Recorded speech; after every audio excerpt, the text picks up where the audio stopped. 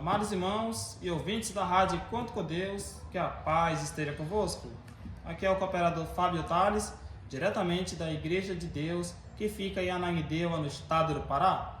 Gostaria, com todo prazer e alegria, trazer uma pregação especial da parte de Deus para o programa Jovens em Ação, em nome do Senhor Jesus. Agradeço o convite mais uma vez e tive a incumbência de trazer essa pregação para uma rápida reflexão e para o avivamento e o crescimento espiritual dos jovens que fazem parte da Igreja do Senhor, em nome de Jesus. Então, sem mais delongas, convido a todos a abrir sua Bíblia. Se você tiver com sua Bíblia física, fique à vontade. Se tiver Bíblia digital, não tem problema, tá? Você pode acompanhar. Vamos ler aqui um texto que se encontra em Miqueias. Miqueias, capítulo 7, versículo 7 e o versículo 8. Amém? Vamos lá? Mais uma vez, Miqueias, capítulo 7, versículo 7 e versículo 8. Diz assim a palavra do Senhor: Eu, porém, esperarei no Senhor. Esperei no Deus da minha salvação. O meu Deus me ouvirá. Ó inimiga minha, não te alegres a meu respeito. Ainda que eu tenha caído, levantar-me-ei. Se eu morar nas trevas, o Senhor será a minha luz. Amém? Louvado seja Deus. Irmãos, vocês perceberam a palavra que foi lida nesse exato momento. Vocês perceberam o quanto que esta palavra é maravilhosa, é tremenda. E é uma palavra que eu digo de esperança, uma palavra virtuosa, uma palavra que eu digo que vem para nortear a nossa fé e que nos aviva, e que nos alegra mais e mais e nos encoraja a cada dia para persistirmos, para continuarmos trilhando os caminhos do Senhor. Veja que esta palavra ela é muito motivadora, muito encorajadora. E só de eu ler esses dois versículos já é motivo suficiente para dar glória a Deus. Já é motivo suficiente para me alegrar na presença do Senhor. Já é motivo suficiente para guardar no meu coração e entesourar dentro do meu subconsciente. Porque é um texto que eu digo, irmãos, extraordinário. Irmãos, há um tempo atrás, o Senhor tinha falado comigo nesta palavra e eu fico muito agradecido ao Senhor, porque mais uma vez o Senhor traz esta palavra para nós e dessa vez já é direcionada para o programa e eu fico muito feliz porque esta palavra ela é vital para o nosso crescimento espiritual. Então, meus amados, eu quero adiantar o tema aqui da pregação. O tema ele é bem simples, bem básico, bem atual. O tempo de Deus não é o nosso. Amém? Esse é o tema da pregação. O tempo de Deus não é o nosso. Então, como eu já fiz uma breve introdução, então eu vou logo entrar nos tópicos, tá? Primeiro tópico: esperar em Deus exige fé e vontade de vencer. Veja que o profeta ele fala: esperarei no Senhor, esperarei no Deus da minha salvação. Miqueias estava passando por um momento de grande perseguição. Ele estava passando por um momento de muitas aflições. Era um período difícil naquela época. E eu não vou abranger aqui o contexto, mas eu recomendo para os jovens fazerem uma pesquisa depois, meditarem com mais calma nesse texto, analisar texto com texto, que é o famoso tempo, lugar e espaço, né? Porque se eu for analisar com texto, vai estender muito a pregação, tá? Mas o período que Miqueias estava passando era um período de muito sofrimento. Ele estava passando por constantes perseguições, sofrendo ameaças, e era uma época em que o povo israelita matava todos os profetas que eram enviados da parte do Senhor. E Miqueias trazia mensagens muito fortes, muito contundentes, mensagens duras a princípio, mas mensagens de exortações e também de ameaças. Então ele viveu numa época em que a idolatria e a impiedade estava aumentando, ganhando força no meio do povo de Israel. E é por isso que muitas pessoas queriam tirar a vida dele naquele exato momento. Mas veja que Miqueias não se abalou com todas essas perseguições. Ou seja, ele não se enclausurou.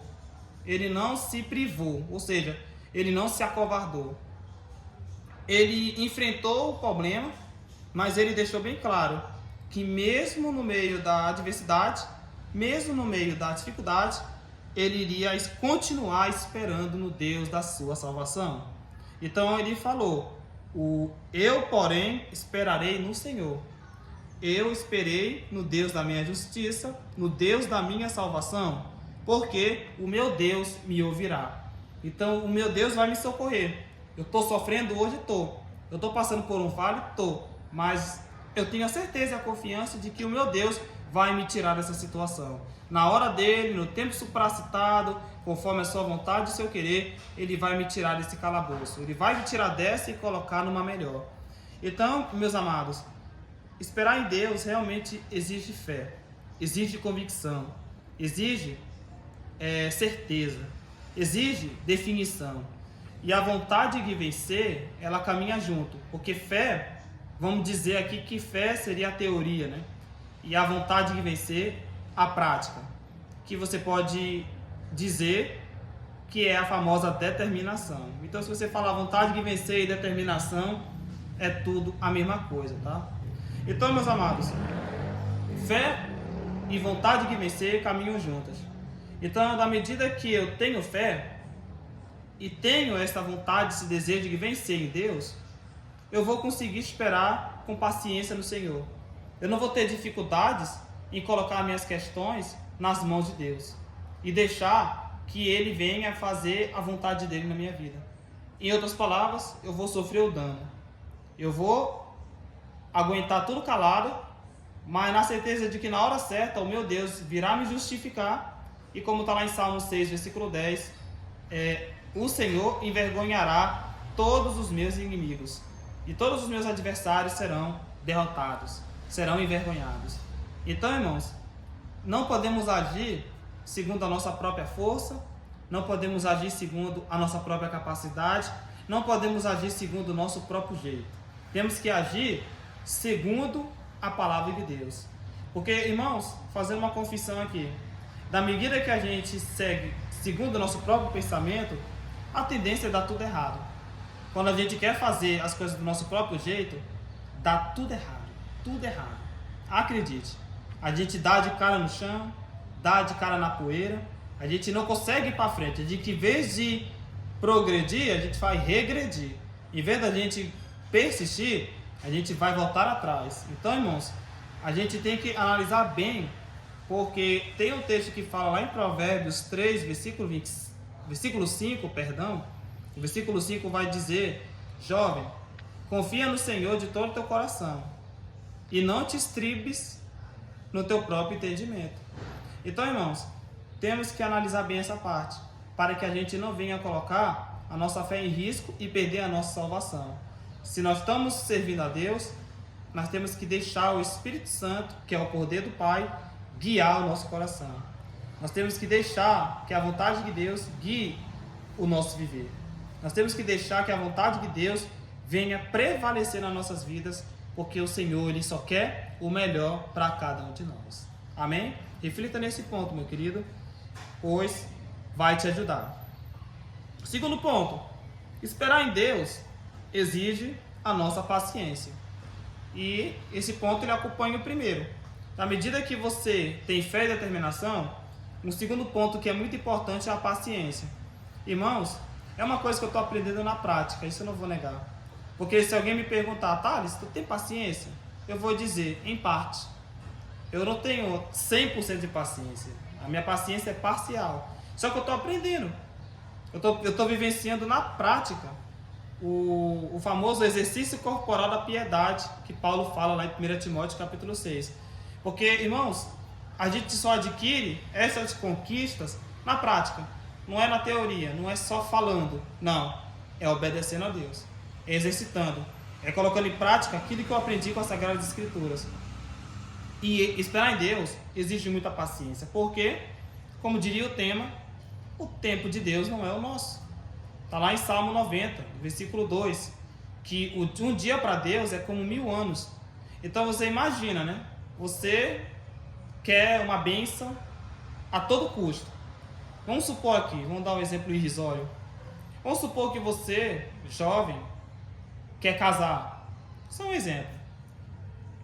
E aí você está ansioso, você deseja, se almeja casamento. Só que tem um problema. Você tem 18 anos, você está morando na casa dos seus pais, você ainda não tem trabalho, está terminando o ensino médio com muita dificuldade, ainda não fez Enem, e outra hora você ainda não adquiriu a sua independência financeira e domiciliar. Sem contar na independência emocional, porque isso também faz muita diferença.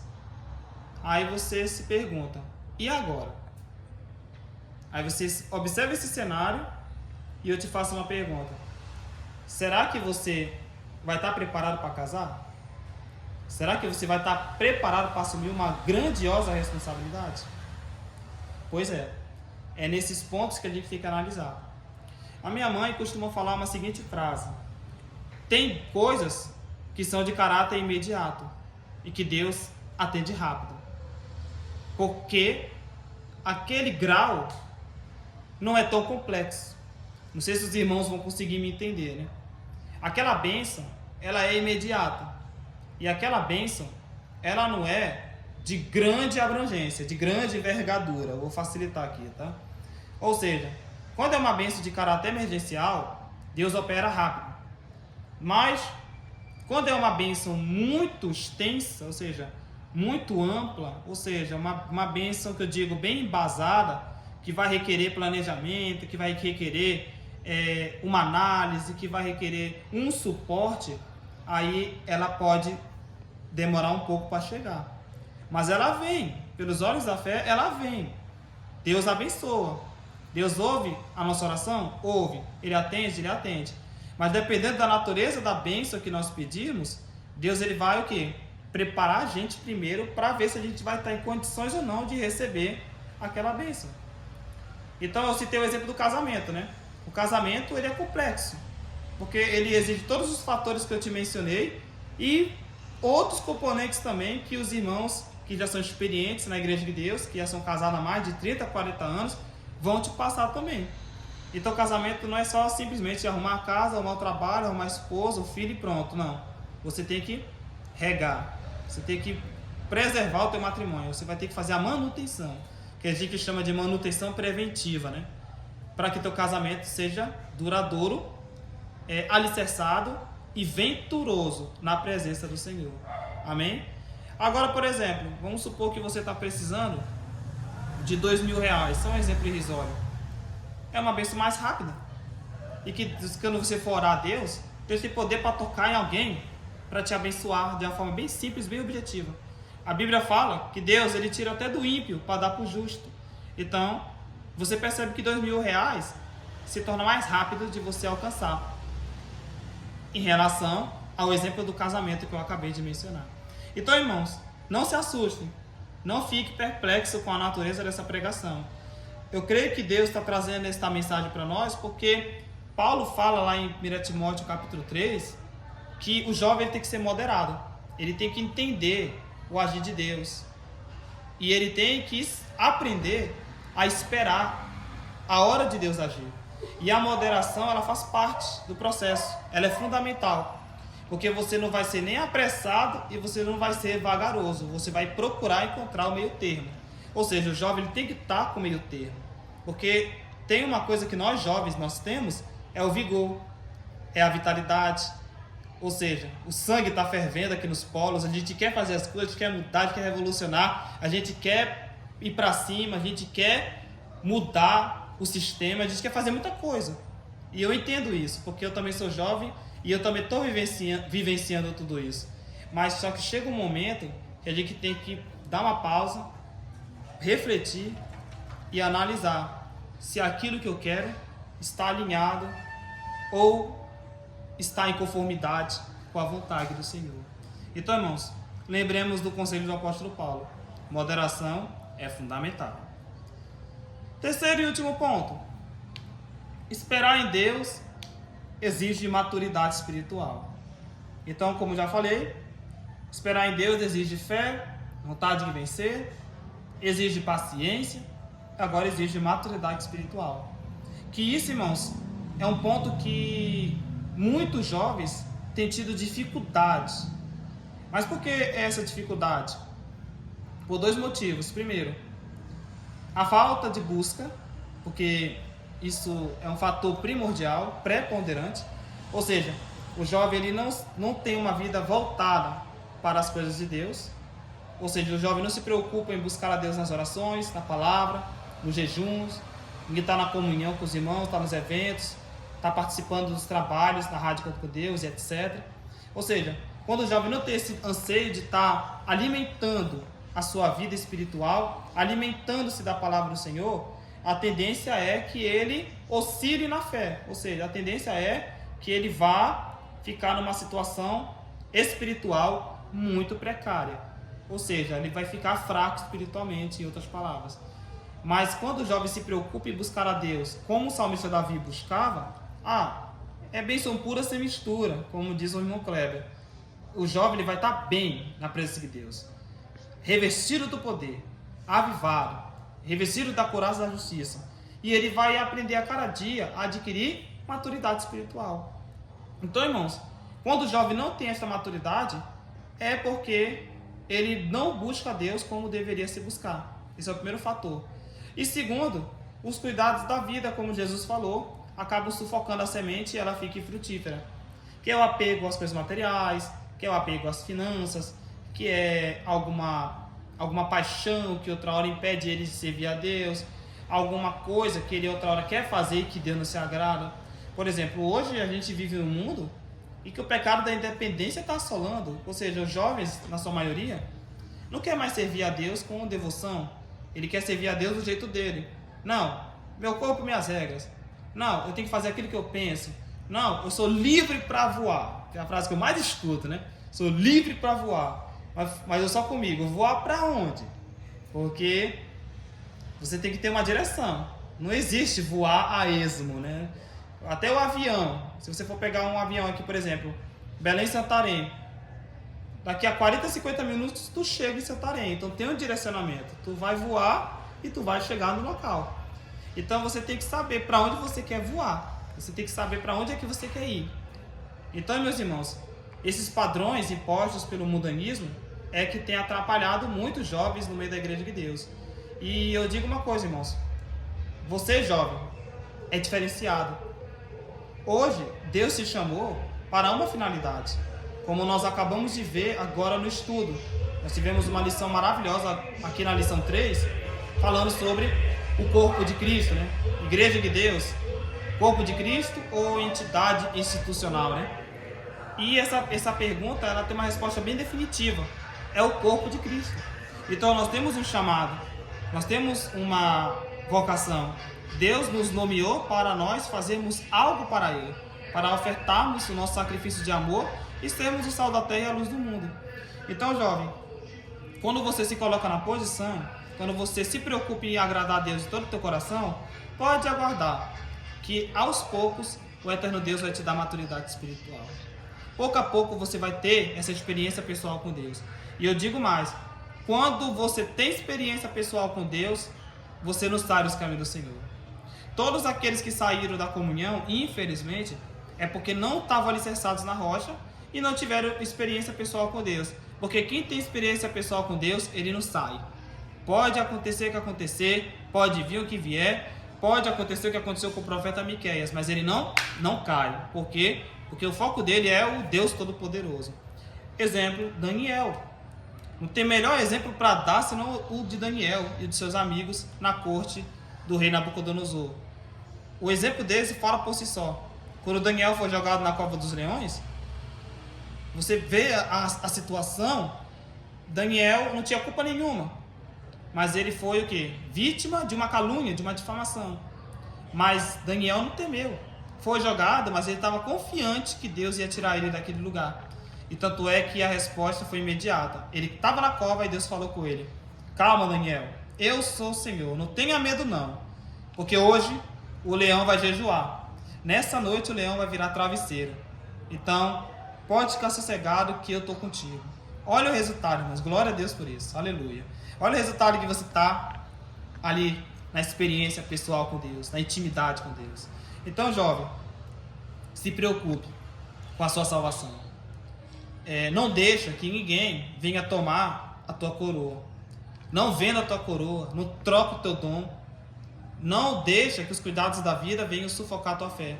Pelo contrário, tire um tempo para Deus. Essa foi uma frase que o cooperador José Ferreira II, tá? José Ferreira II, falou para nós esses dias, né? Principalmente para minha pessoa, né? E essa frase ela fez tanto sentido para mim que hoje eu me esforço, me esmero para tirar esse tempo para Deus. Isso é fundamental, irmãos. Nem que seja meia hora ou uma hora de tempo, mas tire um tempo para Deus. Irmãos, eu te digo com toda humildade em nome de Jesus, isso vai fazer uma diferença na tua vida. Isso vai ser fundamental para o teu crescimento espiritual. Anote o que eu estou falando. Deus manda te falar nessa tarde em nome de Jesus. Receba a tua vitória em nome de Jesus. Quando você tirar esse tempo para o Senhor, você vai sentir a diferença. Amém? Louvado seja Deus. E a conclusão é uma só, meus amados.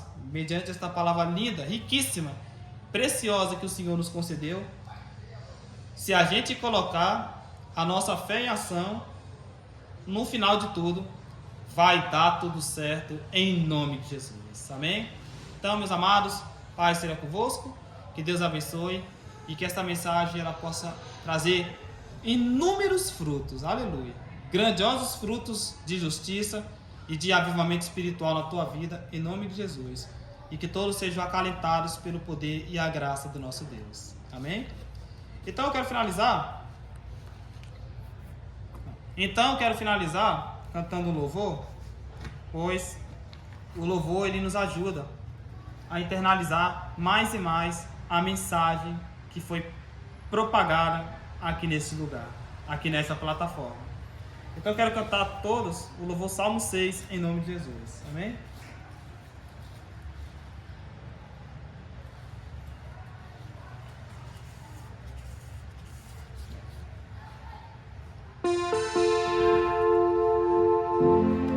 Vamos lá.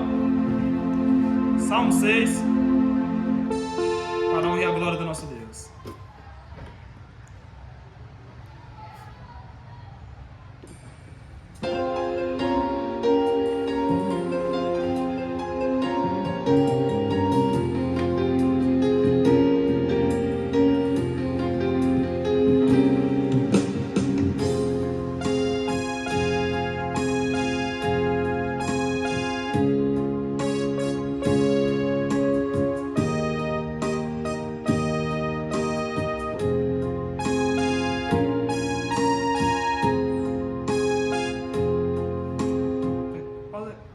Pausa aqui. Deu quanto tempo?